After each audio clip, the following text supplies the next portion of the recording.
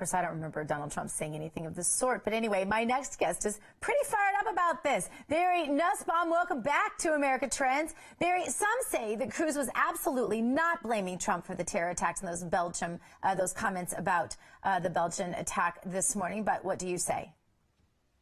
Well, good to be with you, by the way, Gina.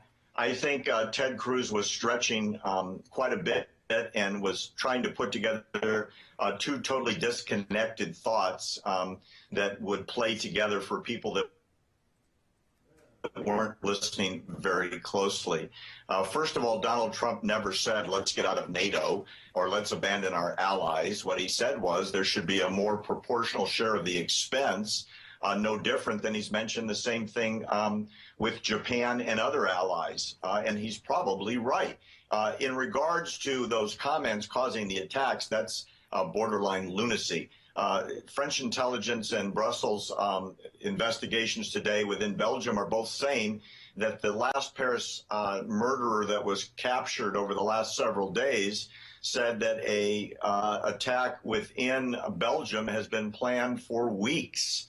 The fact that it happened today has nothing to do with what Donald Trump said in regards to NATO. And secondly, ISIS said that the attack took place because Belgium has been supporting the fight against ISIS.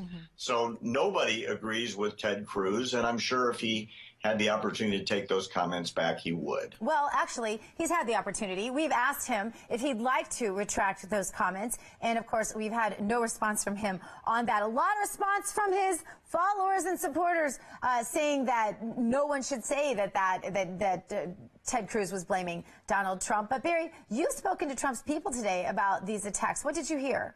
Yeah, I actually had a chance to converse with his recently appointed Middle East policy advisor, Dr. Walid Ferez, who happens to be a friend. He is the expert and is the consultant for many people in Washington. It was a very wise choice for Donald Trump to land him on the team. Dr. Ferez says that their plan for ISIS is quite simple.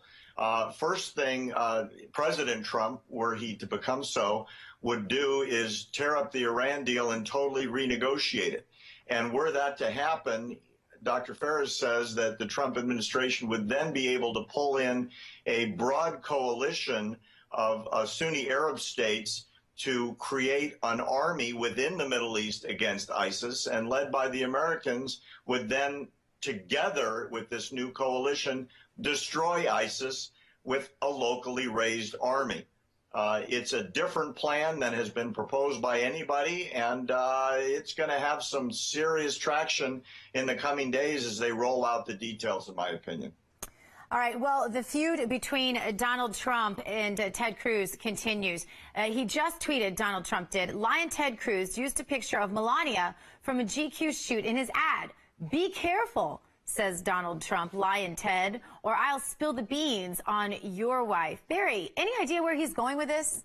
I don't even know where to stoop to that. I'd like to follow up on one other comment that Cruz made in a later comment today, Dr. G. He suggested that NATO should take the lead in the fight against ISIS, which is contrary to the NATO charter, which was formed after World War II to counter the Soviet incursion into Eastern Europe, and then later became the Army Against Nuclear Aggression by the Soviets in the East. That is an army of coalition partners. It is not a police force. It is not an investigatory arm, and it certainly isn't going to be able to police homegrown jihad within Europe from people, in a lot of cases, that were born and raised in the countries they're trying to destroy. I think, quite honestly, Senator Cruz is going in the wrong direction in regards to his new NATO idea to fight ISIS within Europe. You make an interesting point, Barry, because when we're looking to these broader international umbrella organizations to sort of do what should be done, I don't know, more of the people, more organically, perhaps, does it smack of big government trust to you? Yeah, he's trying to create an organization to fight a problem. Unfortunately, that organization is neither equipped nor has any capacity, even with modification, to become that agency that he suggested off the cuff in that street interview he made this morning. Clearly, Europe is now galvanized, and if I could weigh in and not influence your poll too much, I made a speech today and I was asked the same question.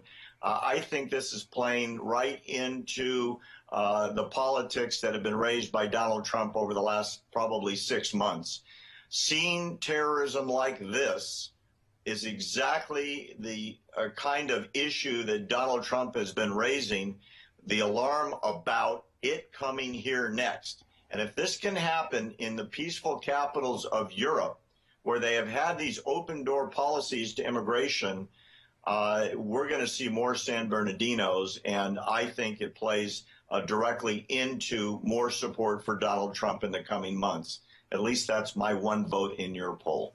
Well, I appreciate that, Barry. And you do remind people they can go vote in that poll right now. What effect will the Brussels terror attacks have on the GOP presidential primary? Do you think they help Trump, help Cruz, help Kasich, or have no effect at all? This is my project for tonight. I want to go back and I want to watch that entire clip from Ted Cruz, because I've seen it, but I want to count the number of times he says Donald Trump versus the number of times he puts the blame where it really belongs, and that would be on the Hillary Clinton, Barack Obama administration and or adherent Islamic terror, whichever. Barry, thank you so much for being with us. We always enjoy having you on this show.